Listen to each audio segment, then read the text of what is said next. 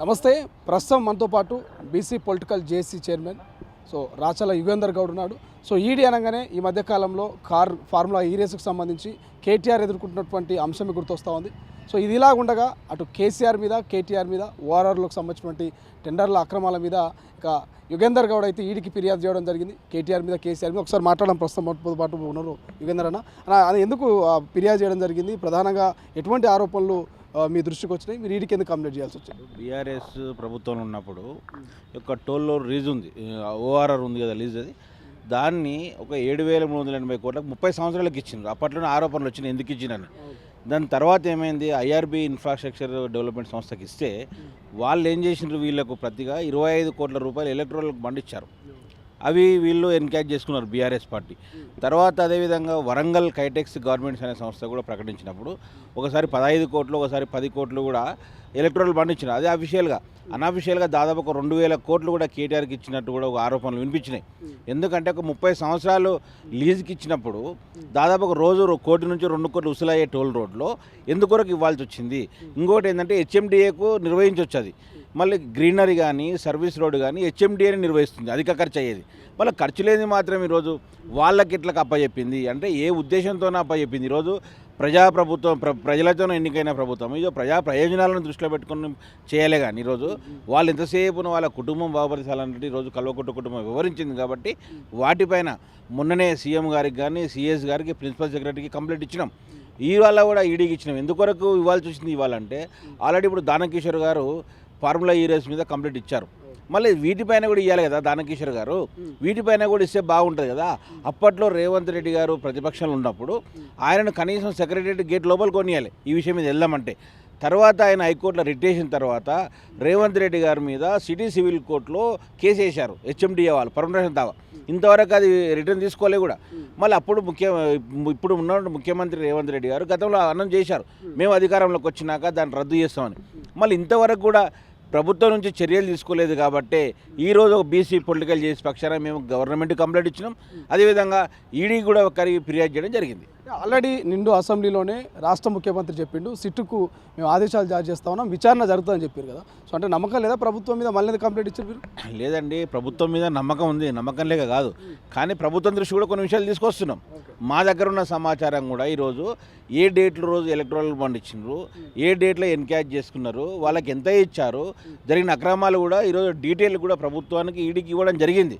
ఎందుకంటే సిట్ వేశారు, దానికి ఇంతవరకు ఎవరు అన్నం చేయలేదు విధి విధానాలు. నిన్న కోమరెడ్డి గారు కూడా మేము ప్రెస్ మీట్ బషీర్బాగ్లో పెట్టినాక స్పందించండి మా దానికి వేసినామన్నారు. కానీ సిట్టుకు కూడా మేము ఆధారాలు ఇస్తాం, మా దగ్గర ఉన్న ఆధారాలు సిట్టుకి కూడా అందజేస్తాము.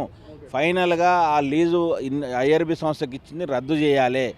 అదేవిధంగా పారదర్శకంగా మళ్ళీ టెండర్ పిలిచి ఇవ్వాలన్నదే మా ప్రధాన ఉద్దేశము. ప్రజల ఆస్తిని కాపాడాలి, ప్రజాధనాన్ని కాపాడాలి, దుర్వినియోగం చేసిన వారిపై చట్టపరమైన చర్యలు తీసుకోవాలన్నదే మా ప్రధాన ఏజెండా. దాని ప్రకారమే మేము ముందుకెళ్తా ఉన్నాం. ఓన్లీ కేసీఆర్ కేటీఆర్ మీదే మీరు ఈడీకి ఫిర్యాదు చేసిరా, వేరే వాళ్ళ పేర్లు ఏమైనా నమోదు చేసిరా?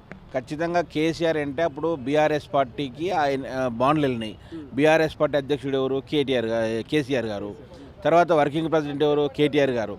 కాబట్టి వాళ్ళిద్దరినీ ప్రధాన భాగస్వామ్యం చేసి ఆ పార్టీ లీడర్లను కూడా ఈరోజు ఈడీ దర్యాప్తు చేయాలి. ఎందుకంటే ఆ ఈడీ దర్యాప్తు చేస్తే అనేక విషయాలు ఇల్లోకి వస్తాయి కదా, దాంట్లో ఎవరు బాధ్యులు ఉన్నారనేది.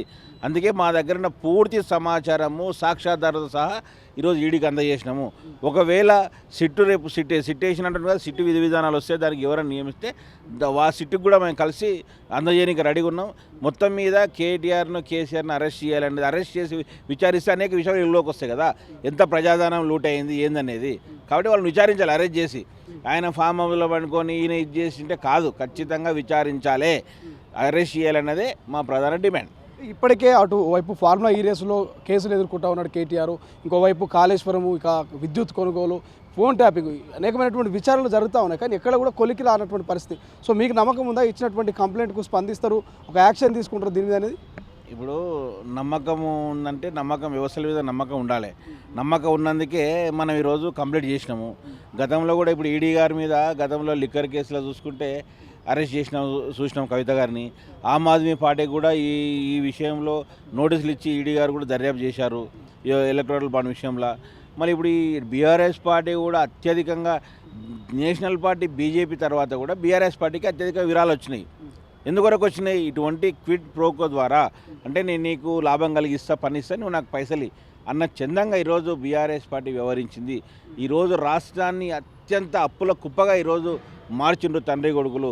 ఎందుకంటే పాపం ఎక్కడ పోదు, ఖచ్చితంగా ఆ పాపం చేసిండ్రు కాబట్టి వాళ్ళు అనుభవించాల్సిందే, అరెస్ట్ కావాల్సిందే, జైల్లో ఊచలు లెక్క పెట్టాల్సిందే, ఈరోజు ప్రజాధనాన్ని కక్కాల్సిందే. అంటే పొలిటికల్ చేసి నాయకులు అనుకుంటే యుగేందర్ తోటి రాజకీయ పార్టీ ఏమైనా ఈ రకమైనటువంటి ఫిర్యాదులు చేస్తుందా, లేక మీ స్వతగానే పొలిటికల్ బీసీ పొలిటికల్ చేసి నాయకులుగా మీరు చేస్తూ ఉన్నారు? ఇప్పుడు మీరు గత నుంచి చూస్తుంటారు, మీరు 8 ఏళ్ళ నుంచి బీసీ ఉద్యమ నేతగా అనేక కేసులు గవర్నమెంట్ మీద, బీఆర్ఎస్ ప్రభుత్వం మీద ఒక 126 కేసులు నేను హెచ్ఆర్సీలు వేసిన హ్యూమన్ రైట్స్లో.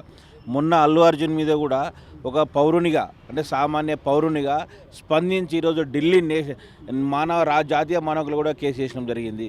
తర్వాత మొన్న కేటీఆర్ లగచర్ల విషయంలో కూడా మేము స్పందించడం జరిగింది. అనేక విషయాల మీద ఈరోజు ఒక పబ్లిక్లో ఉండే వ్యక్తులుగా పొలిటికల్ చేసి ఈరోజు ప్రజాపక్షం నిలబడి ఈరోజు రాష్ట్రంలో ప్రతిపక్షమైన పార్టీ ఎవరైనా స్పందిస్తుంటారు విషయాల మీద. పోయినసారి కూడా అంతే.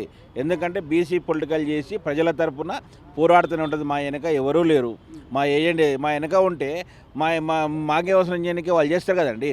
ఈరోజు సీఎం గారు కూడా చర్య తీసుకోలేదా మేము అంటున్నాం. సీఎం గారు మీరు ఏమనుకుంటున్నారు, ఇంతకు ఎవరున్నారు అనుకుంటున్నారు? మీరు ఏమనుకుంటున్నారు? కాంగ్రెస్ పార్టీ ఉంది అనుకుంటున్నారు? కాంగ్రెస్ పార్టీ ఉందంటే ముఖ్యమంత్రి గారు చర్య తీసుకున్నారని మేమెందుకు ఇస్తాం? కాదు కదా. కాబట్టి ప్రజలకు సంబంధించింది కాబట్టి అవతల సీఎం గారున్నా, అవతల ప్రతిపక్ష నాయకుడున్నా ప్రజల తరపునే మేము మంచి చేస్తే మంచి చేసినంటాం. ఈరోజు ఇబ్బంది కలిగినప్పుడు ఖచ్చితంగా కంప్లీట్ చేస్తాం. Thank you so much. ఇది బీసీ పొలిటికల్ జేసీ చైర్మన్గా ఉన్నటువంటి రాచల యుగేందర్ గౌడ్ చెప్తా ఉన్నారు. టెండర్లకు సంబంధించి గతంలో ఓఆర్ఆర్లో అవినీతి జరిగింది, వాటికి సంబంధించినటువంటి ఆధారాలను కూడా బయట పెడతాం. ఈడీకి ఫిర్యాదు చేసినాం. అప్పటి మాజీ ముఖ్యమంత్రి కేసీఆర్, అప్పటి వర్కింగ్ ప్రెసిడెంట్ మాజీ మంత్రి అయినటువంటి కేటీఆర్, ఇద్దరి పేర్ల మీద కూడా మేము ఫిర్యాదు చేయడం జరిగింది. సో నమ్మకం ఉంది, ఖచ్చితంగా యాక్షన్ తీసుకుంటారంటూ కూడా చెప్తున్నటువంటి పరిస్థితి. కెమెరా పర్సన్ ఆజార్తో శ్రీశైలం, తొలి వెలుగు, సెక్రటరీ. అసలైన తొలి వెలుగు. ఫాలో వాట్సాప్ @తొలి వెలుగు official.